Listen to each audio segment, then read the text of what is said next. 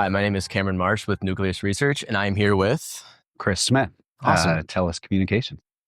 Well, Chris gave a pretty, interesting presentation yesterday, so I kind of just want to, walk back through that a little bit. But can we just start us off with how your journey started with Zoho, how long it's been, how many users you have, maybe what products you started with, how many you have now? Just sort of walk us through your journey a little bit.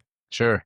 TELUS Canadian communications company, about 20 million customer connections worldwide. And in Canada, we provide both wireless and wireline home services to consumers, small business, and enterprise.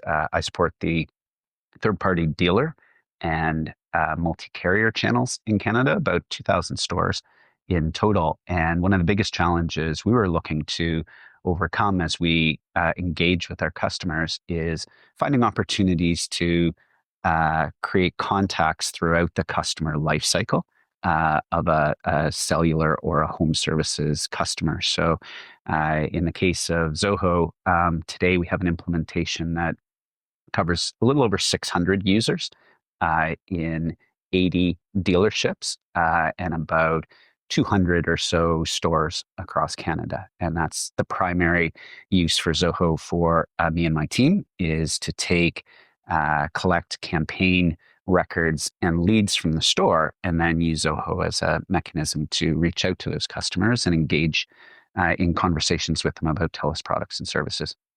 We're about a year into our implementation with Zoho. Okay. And if you don't mind me asking, were there any solutions in addition to Zoho that you were maybe just considering during the buying process? And what did you move from, out of curiosity? Sure. So we had a CRM vendor previously that wasn't meeting our need, a small company that couldn't keep up with the direction we wanted to go with the business and the tool set associated with it. So we decided to go out to RFP in late 2022, collected business requirements internally within the business, and then ran an RFP process with the typical big vendors you would imagine, and Zoho. And we weren't really that familiar with Zoho, and a bit of quite a pleasant surprise in terms of Zoho's response to the RFP process up against the global heavyweights. Ran the RFP. Zoho showed up really well, and both in terms of functionality, flexibility, and in willingness to work with us and help us tailor the solution to the unique needs of a telecommunications retail environment. And the price point was attractive. So a combination across the scorecard for the RFP process, Zoho was the winner. Gotcha. And looking back on it, was there anything specific about Zoho's capabilities, or even just the ability to custom tailor it to your own unique needs, that sort of stood out to you, that sort of, lit the light bulb and said, hey, let's go with Zoho? Yeah. So customization is really important to us, but it's also a double-edged sword. For sure. In that, you don't want to be left to your own to have to build something more from scratch than pre-built.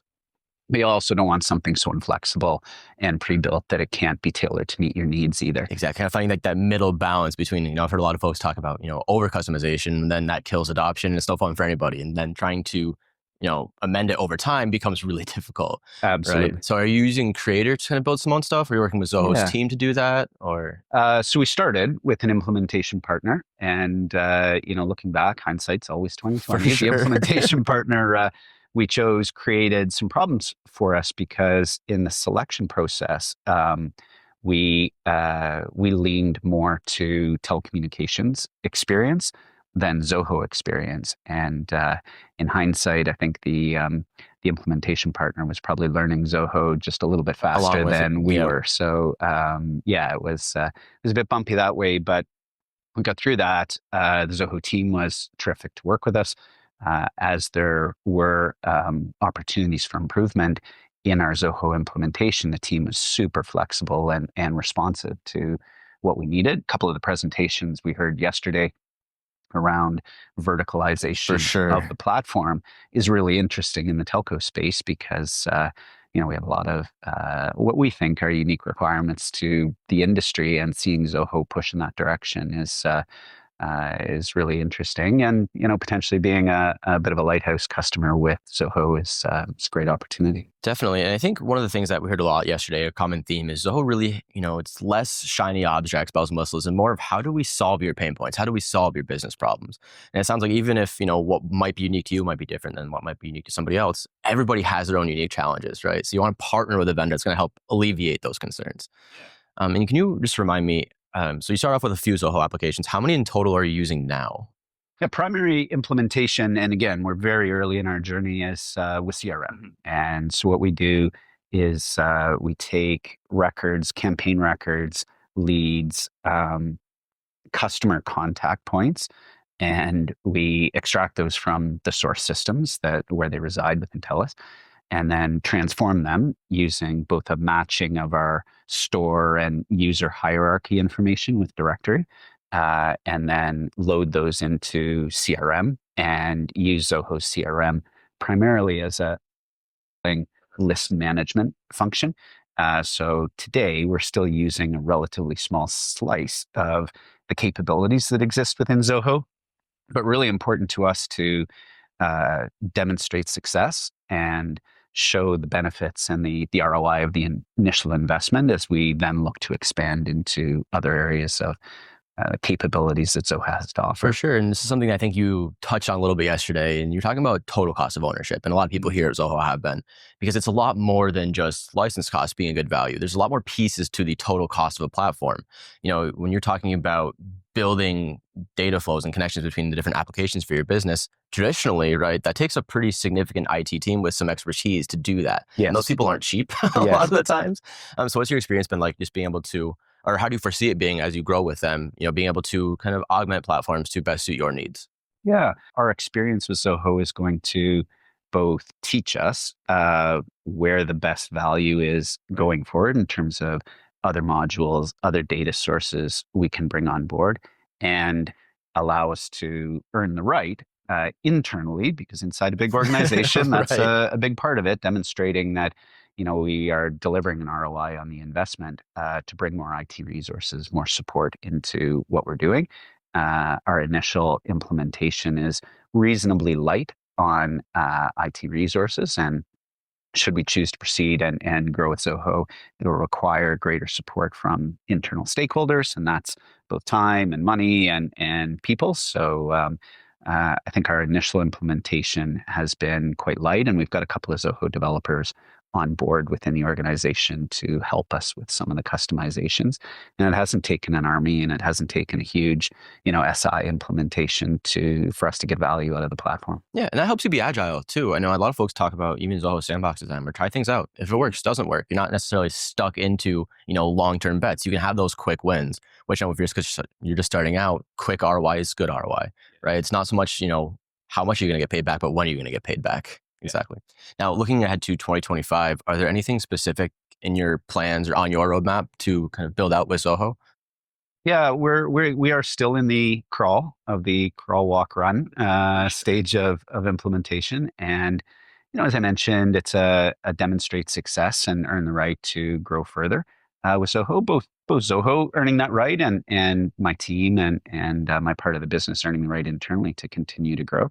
But we really have to take things in a couple of parallel paths. One is make sure that the implementation that we have today is getting the adoption and the usage, and really importantly, the feedback loop from the end users, in my case, sales reps, who are using the tool to allow us to customize and make that as efficient and as highly targeted as it can be. And then in parallel, work with Zoho on some of the exciting things they talked about this week around AI and Zia and some of the new capabilities that are coming forward. So hard launch plans in 2025. Well, that'll be an ongoing conversation with Zoho, but certainly getting the most out of what we have right now allows us then to have a platform to go further. Awesome.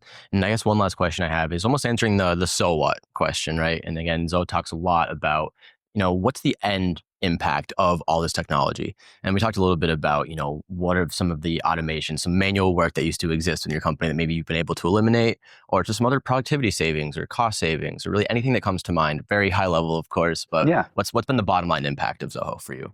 Sure. So, from a cost perspective, it's a lower cost platform from a total cost of ownership perspective than certainly we've seen with other providers in the industry. TELUS uses, we're a massive organization. We use CRM related tools in other parts of the business.